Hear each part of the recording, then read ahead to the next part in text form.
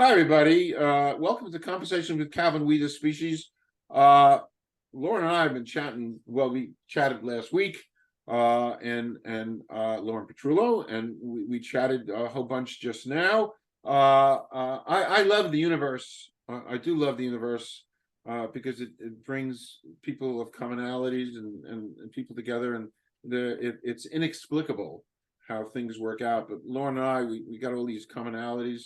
And we discovered, and she's a consummate marketer, which I have the greatest respect in the world for marketing. So this segment, and it's early August, it's August 11th.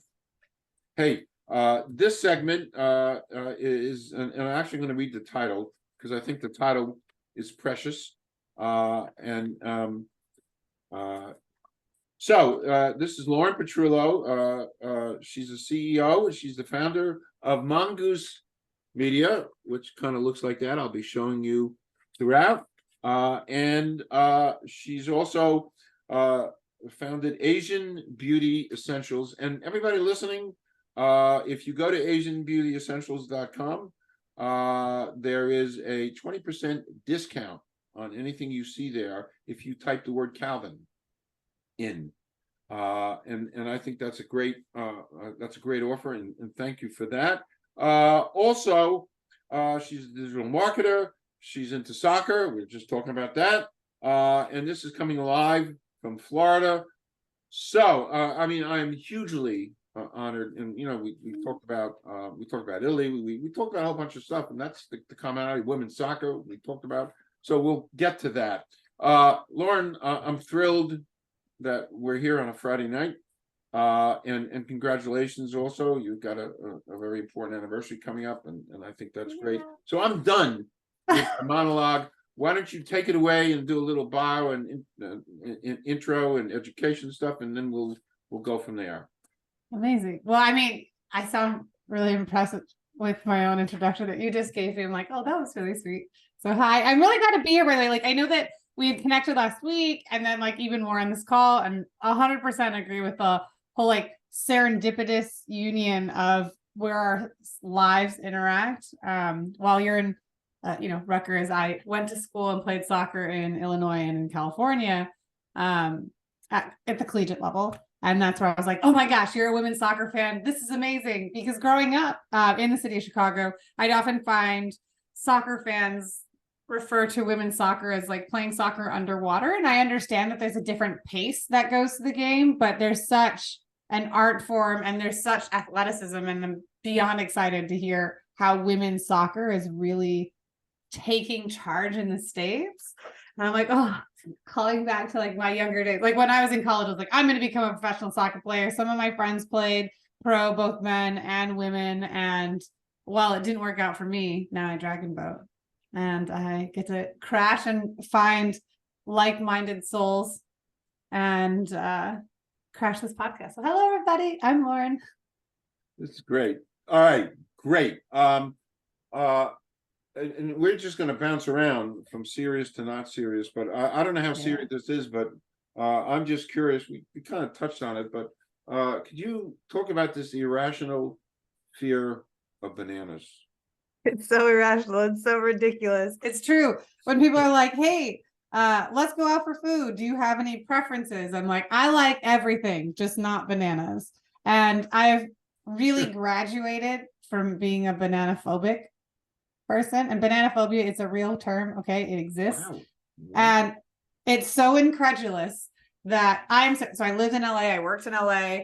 I'm certain I remember the day I was working at this restaurant called Yankee Doodles. There were these writers behind me, and then like 4 months later, there was an episode of Sweet Life of Zach and Cody where there was a banana phobia. I'm like, I know this happened because I overheard this story.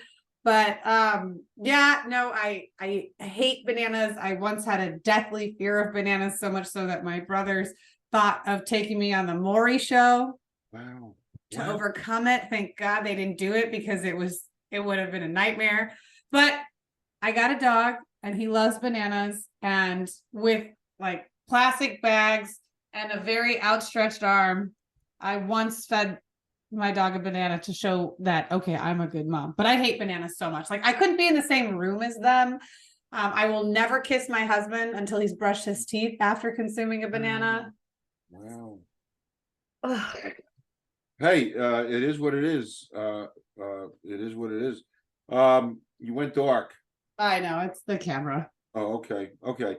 By the way, just a quick by the way, if you scroll down a few months, I interviewed a person who was dressed as a banana, Oh, and I won't even comment on that. the anxiety that He I would feel. actually was dressed as a banana. I have a thumbnail. Anyway, moving on. So That's bananas. in your wonderful it's like there's an old TV show way before your time called This Is Your Life. Came out in the 50s. I mean, I know it, but so This Is Your Life. So you spent some time at Disney, putting in your skills, and you called yourself a Disney innovation catalyst. What is that?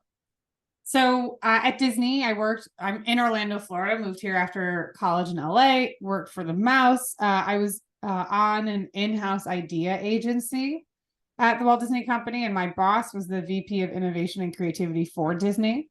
Wow. And we used design thinking innovation techniques to partner with different teams at the company and build on their marketing plans using these specific innovation tools, tricks, and exercises. Wow, interesting. Interesting. Yeah. We won't dwell on that. We're going to move on. So in your life, Lauren Petrullo, you were the founder of Mongoose Media, which I pulled this out.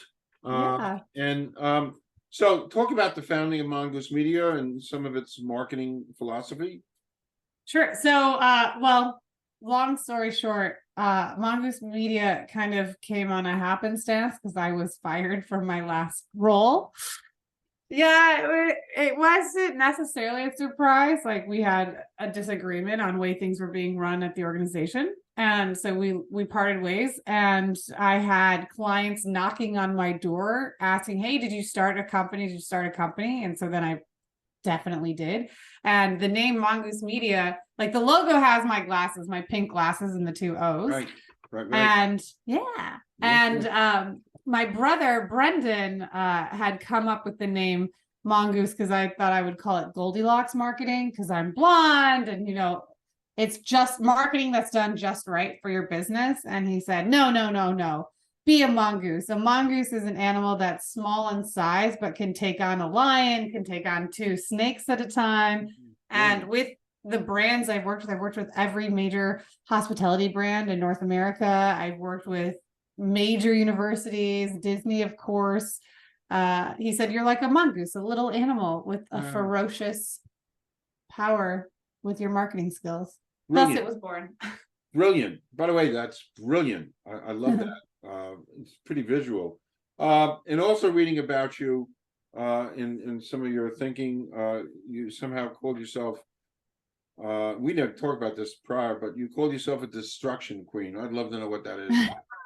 Oh gosh. Yeah. I like being a really nice person, but I'm going to be a very blunt and honest individual when it comes time to someone asking me to review their stuff, right? In my first year alone of creating Mongoose Media, we helped 6 brands earn their $1 million for the first time in a year. Wow. That was pretty cool. And I have, an eye or a familiarity with what ingredients can help a campaign thrive or waste money. So people started showing me their babies, showing me their pet projects, all this time and energy, and I would destroy it. I would say, this doesn't work. There's no call to action. Who is this for? And I would rip someone apart in such a destructive manner that I was throned as the destruction queen. Cool. Hey, business is business. Business is business. It's not personal. You hired me for my opinion. Right. I'm not here to placate you. I'm letting you know above the scroll, you're telling me one thing, but you're asking another. Like, this makes no sense. Of course, that's why you're not converting. So, hey, I like that a lot. it's strictly business. It's refreshing. Also in some of the terms I pulled out from reading about you, I do my due diligence. Of course. So there was also, we talked about this too, and I actually gave you an assignment at your leisure. But anyway, what is the meaning of ugly baby? So in that like destruction process, it's when for anyone who's a parent, a grandparent, or has friends with kids, you're familiar with how a lot of parents believe their child is the most precious thing in the world. Their child is more beautiful than anything on this planet. Well, I would let people know when their babies are ugly. And it's in that destructive manner. I'm like, hey, look, I'm going to call a spade a spade. This is what it is. I know how much time, energy, life, blood, and tears went into this, but this looks terrible. And I'll be like, yeah, you have an ugly baby. We can give it some marketing rehab, some reconstructive surgery, and extract the essence of your baby's soul. But right now I let them know like, oh, you got an ugly baby. That's great.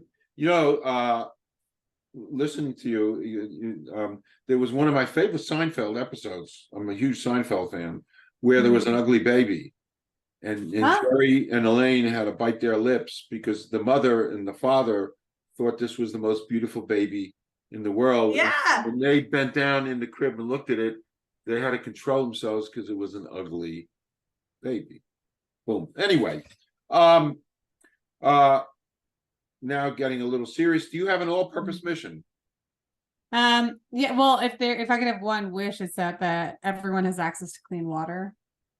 And so my mission is to help facilitate clean water access to those who just were not born with it. And then, that's everything I try to do is just to remember that I had a faucet that gave me drinkable water growing up. That's not the case for everyone. By the way, wonderful and hugely needed in our today's world. I'm a bit of a climate change person. I think we talked about it. And top of my list is the whole institution of water. We just don't, and we're running out of it. I mean, the Colorado River out there is drying up. Well, if you want to talk about water rights, you know that the law in the United States differentiates water rights east and west of the Mississippi River. Oh, wow. Yeah. So LA has beautiful Beverly Hills sprawling gardens, and then you have desert, and they're pulling their water because of how the water rights were established from like Mulholland's time. But what's really interesting, if you go deeper down that like water path, is we're forced to innovate in ways. And so with the dissolving of clean water resources, there have been some really great sun blockers to help keep water from evaporating in real large sources. And right now, like it's August 11th, a lot is being discussed with Hawaii right now because of how much the tourism industry is impacting the local economy and the local biodiversity, because Kauai and other parts of Hawaii have water shortages while the golf courses maintain green. And again, the biodiversity that it impacts, because by having so much dry land, you open it up for more forest fires. Forest fires can absolutely destroy and dismantle the biodiversity in that area. And, the local indigenous populations are still trying to grow strong. And it's just that impact of for me, everything comes down to water as one of the three most quintessential items for survival. Correct. And somebody's going to come along and write a science fiction thing that may not be science fiction. Two major countries are going to go to war one day, not us, over water. And I'll leave it at that. Anyway, I'm going completely off topic, and I'm going to surprise you. Okay. One of my favorite questions to ask, and you don't even have to answer it, but it's a cute question. And I borrowed it from one of the world's great journalists. So here goes. And you can even come up with a couple different answers. There's no rules here, Okay. Here it goes. Excluding family or friends, somebody living or dead you'd like to spend a day with. Oh, living or dead that I'd like to. Okay, well, man, I have two. Can I give a living and a dead? Yes, you can do whatever you want. You said no rules. No rules. So today For me, it's Kevin Hart, the comedian who also owns Hart Media, who's evolved in his career multiple times. He's had incredible scandals associated to his name, and he's still been able to evolve to be a blockbuster movie star. He's a producer. He's in family-friendly content. He's had a past where he hasn't been in the family-friendly space. How he's just evolved from being just a comedian into the multi commas in his diverse titles. He's someone I would want to sit down with today. And then the second one, like if you're not religious or not, I would sit down with Jesus or Jesus's PR guy, because I want to be like, let's talk about being one of the biggest influencers of history. And I agree with you on that. I've done my readings and studies in the pursuit of homelessness and poverty and old and sick, and those things mean a lot to me, meant a lot to Jesus. So I think about that all the time. All right, back to business. Serious business. So you founded Asian Beauty Essentials. And again, I'm around everybody, asianbeautyessentials.com. People go there who are watching this, and I'll have all this stuff for people to see. If they type in Calvin, they'll For get their discount code. Discount. But Asian Beauty Essentials, I was looking at the website. It's just fabulous. And I pulled off some things from the website. It's really diverse, and the amount of products that you offer.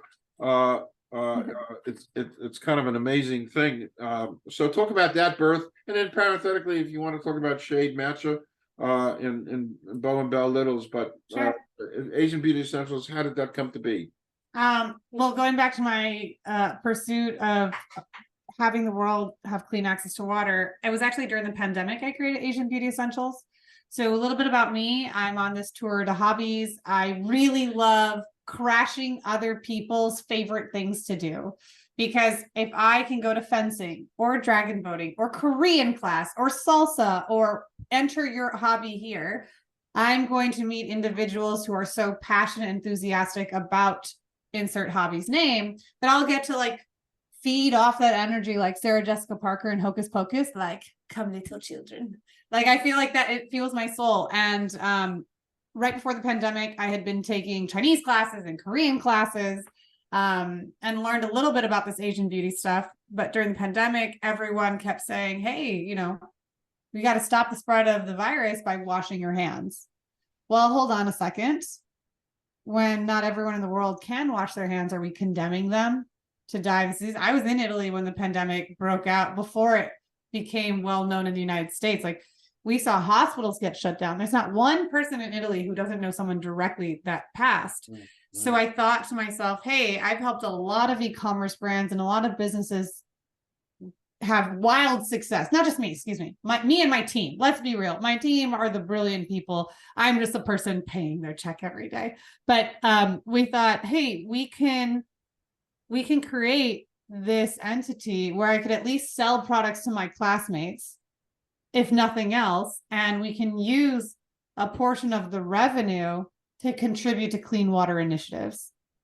And then I found out, wow, running an e-commerce brand completely, because I have two other brands that I own, but I'm a co-owner with other founders that found the product, source the product, and then I came in a sweat marketing equity exchange.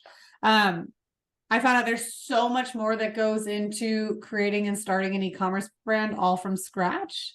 And like loved every second of it. I felt like I had just gone to a new school. Everything was unfamiliar. Everything was, I either learned or I won, period. And I like winning. And if I wasn't winning, I was learning. And it grew into something I'm incredibly proud of. Our Mongoose Media, like we use it as like we're the advertising hospital at Mongoose Media. So this is our residency program. Anyone who works at Mongoose Media, they work first on one of our internal brands, because I won't have them touch a client's work until they've proven understanding, comprehension, and success of various KPIs in the internal one. So it's it started off as I can do this. This is easy. I'll make lots of money and donate tons. And I was like, oh, this is so hard, but I love it. And yeah, it's been 3 years. That's great. And the whole water thing, it's just so critically essential for all of us. Anyway, real fast, this is quick. We talked about this also a little bit before. Are you a driver, amiable, analytical, or expressive? Expressive. I am a driver, expressive. I command conversations. I am a very social person. Okay. And I am not the analytical person. 100%. Me too. Hate analytics.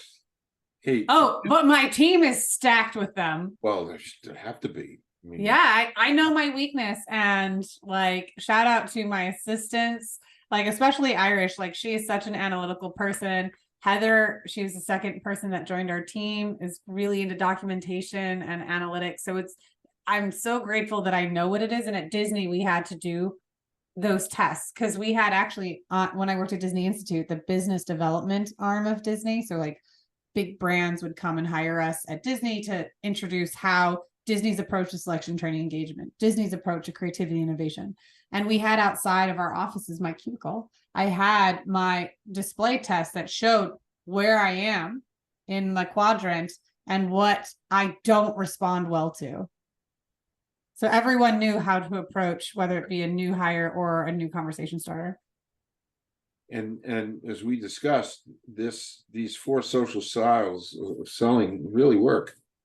By the way, yeah, what you told me, I'm like, oh, I'm writing that down. Really, really works. I used it for a chunk of my years at Luxottica Group because they were so great in giving us so many courses as a regional manager. 50 courses in selling and the psychology and leadership and support. I mean, all that. They were so diligent in providing that, and they changed the whole course of my life. But I in my literally almost every day that I'm in interacting with people, and if I can determine like somebody's a driver, I'll know how to talk to that person to make whatever sale I'm trying to make, because everything in life is a sale. Fair. You're with a friend, you want to go, one friend wants to go for Thai food and you want to go for deli, Italian, it's a sale where you're going to wind up. But if you have those tools, you'll wind up going where you want to go, because it's anyway, moving on. We could go on for a long time because there's great chemistry here, but moving on, and this is this is very eclectic because you're eclectic. So moving away a little bit from marketing and stuff, your feelings on AI. Yeah. Well, I mean, I do. There's the doom and gloom, and there's the hope side. So for us, we've been using AI for years, and it's really helped us be more efficient in delivering what we were already doing well. To me, it's like a calculator. I'm way faster and better at math when I have a calculator that I know how to use. And like I was really, really fortunate. Meta, I was a part of their global innovation committee. So there was a handpicked like 7 of us in the United States and a few others abroad. We went to San Francisco and we were part of like the small business testing group for emerging products, and AI was a huge part of it. And we got to meet this amazing author, presenter, brilliant inventor out of Australia. His name's Dr. Jordan Wynn. So like Nguyen is his last name. And he brought to life the possibilities of AI amidst all the doom and gloom, like, oh my gosh, 2035, robots are going to run the world. It's a Terminator. But like, he's been looking at applications of how to address food shortages, leveraging AI, how healthcare advances can help. Like he shared the story of a gentleman like using AI and augmented reality was able to send electrical signals down to a part of his spine where he had permanent paralysis. Wow. It's incredible. It's a tool.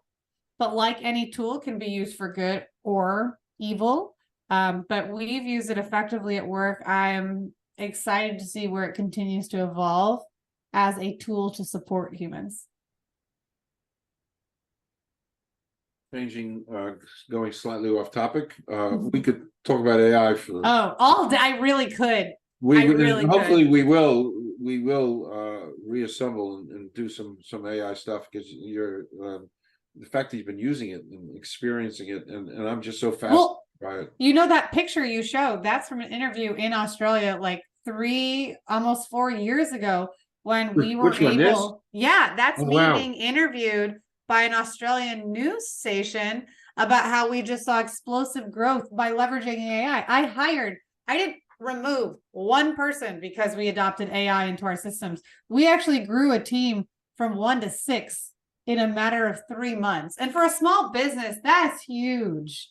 And it really resulted in even bigger impact for our clients. So like, I've been a huge advocate, and like the idea that AI is the worst it's ever going to be right now compared to the future, like how exciting is that? It's exciting.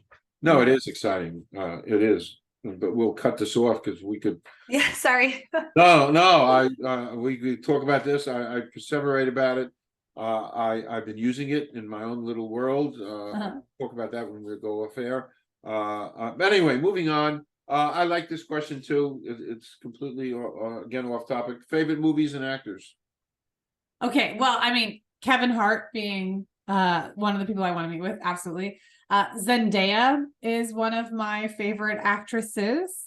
And then, okay, this is an interesting one-ish because he's a singer. His name is Alvaro Soler. So he's a singer from Spain. He speaks fluent German, very big German, fluent in English, and also learned Italian. And so he is the voice of one of the madrigals in the film Encanto from Disney. Oh, wow. But he voiced not in Spanish or English, the two most prominent languages he speaks, but in German and Italian. And so he sings and he voices the same character in multiple languages. And that is so stinking cool.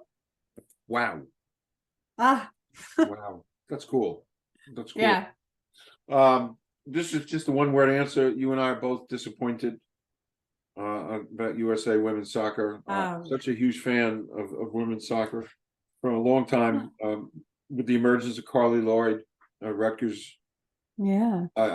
We're both disappointed. It's hard, but like you and I had discussed before, it's a young team, right? It's fresh blood.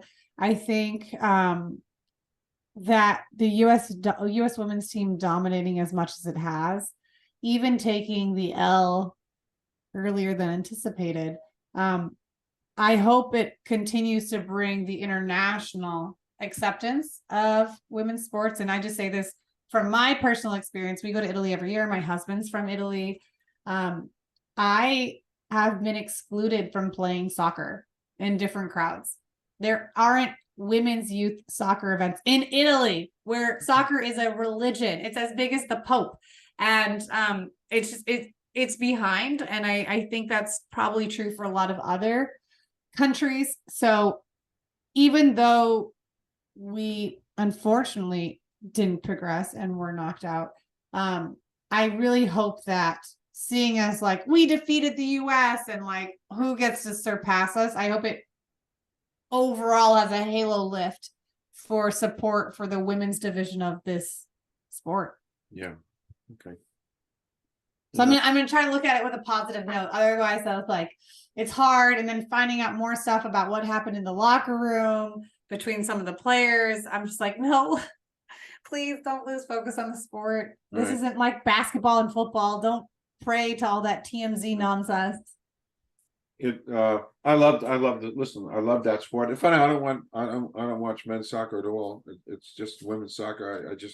I love it. Yeah, there's a lot more acting in men's soccer. Yeah, it is, and I'm so glad there's more parity in salaries these days. Yeah, it's fantastic. Like it's also NCAA athletes are getting paid finally. Like again, I played Division I soccer. A lot of my friends were athletes. Some of my closest friends were like dating or very close friends who or were major athletes in their industry, and their likeness was just being used Yes. exhaustingly. Yes.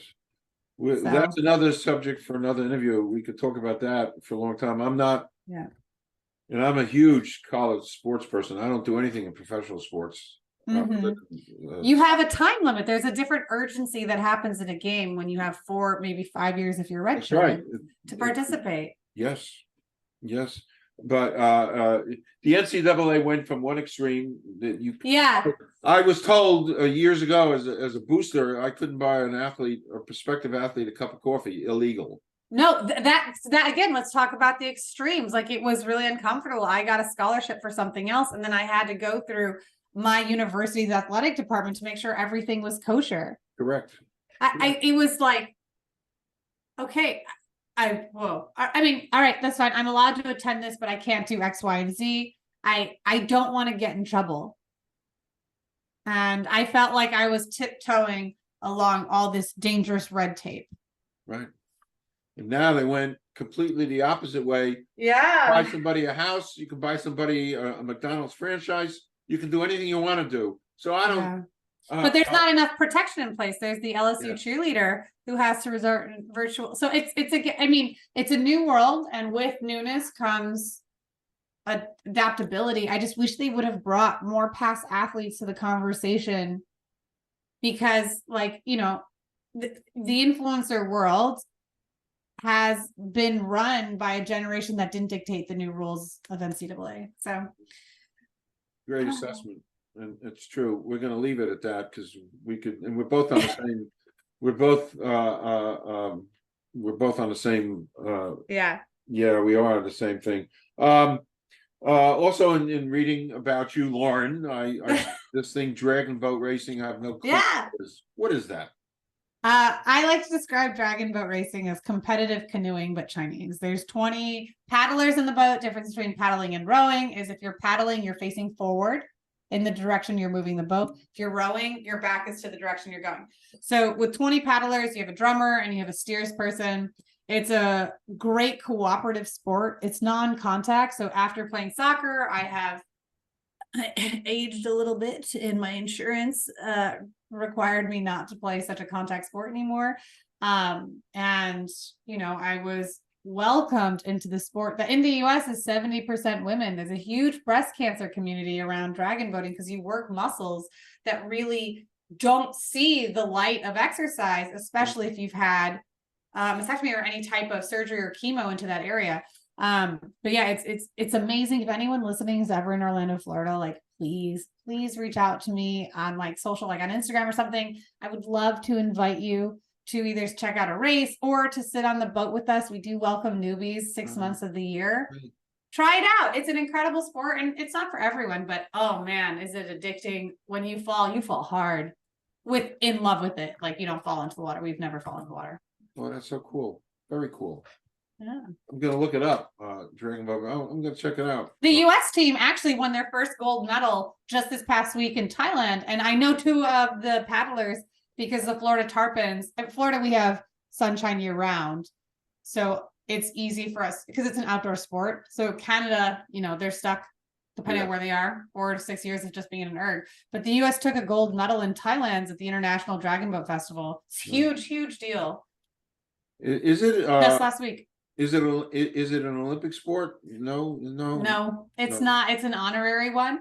Okay. So, like at the last Olympics, they have there's a category of honorary ones, but it is really big in East Asia. So when I say it's competitive canoeing but Chinese, there's a Duanwu festival, and I mean it's bigger than Super Bowl Sunday in the United States. Wow.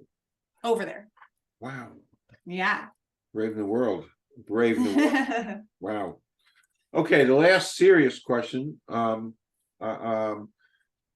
you're a marketer, and you've got Mongoose Media, and I love this.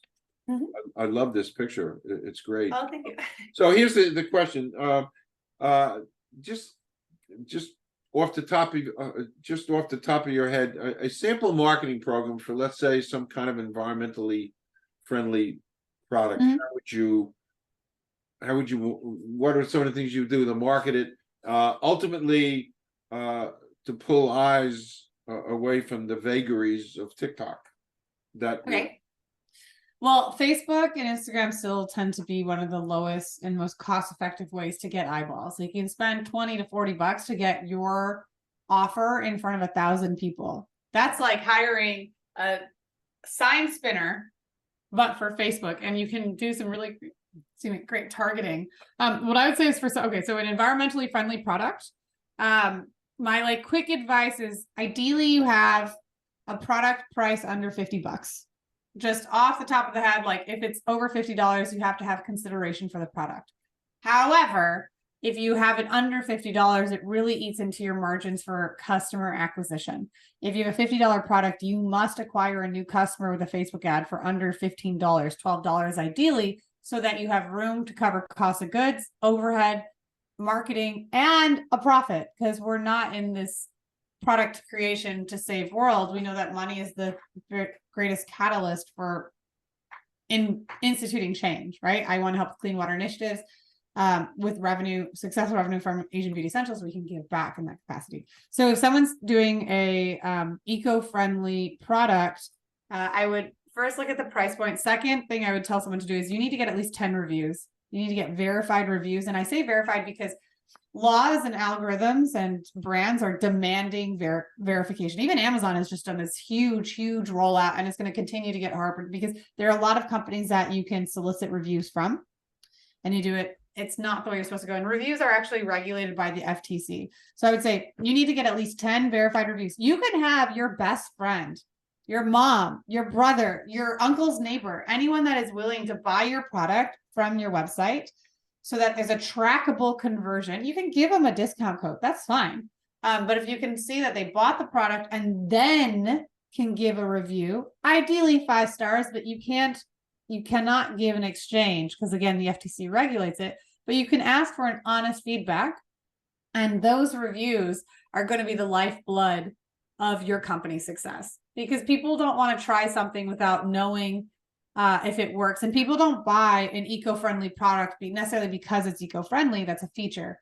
They'll buy an eco-friendly product because it's saving them time or whatever the solution is that your product solves. And by having it be eco-friendly, like that hits a lot of check boxes for different audiences. So you can, using Facebook or Instagram ads, really lean into that community who will pay more for a higher quality product. That was great. By the way, I don't know if you saw me writing things down. I was actually no, I was actually taking notes. Oh yeah. Well, because I'm gonna need marketing. We can talk about that. Anyway, the last thing to ask you.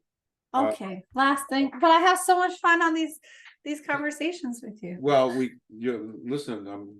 I'm prefacing my concluding remarks right now by saying that please come back and we're gonna do some AI stuff together, panels, and talk about that.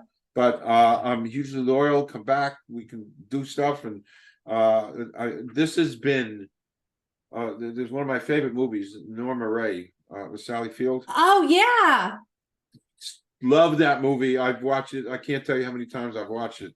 Oh really? Yeah. Wow. Oh, I love that film because it's a true story, and I love it. The last. By the way, we could talk about that. This is off topic, but they really loved each other. You know, Ron Liebman's character, Ruben, and Norma Ray. I mean, they loved each other, but they were from different worlds. He's from New York.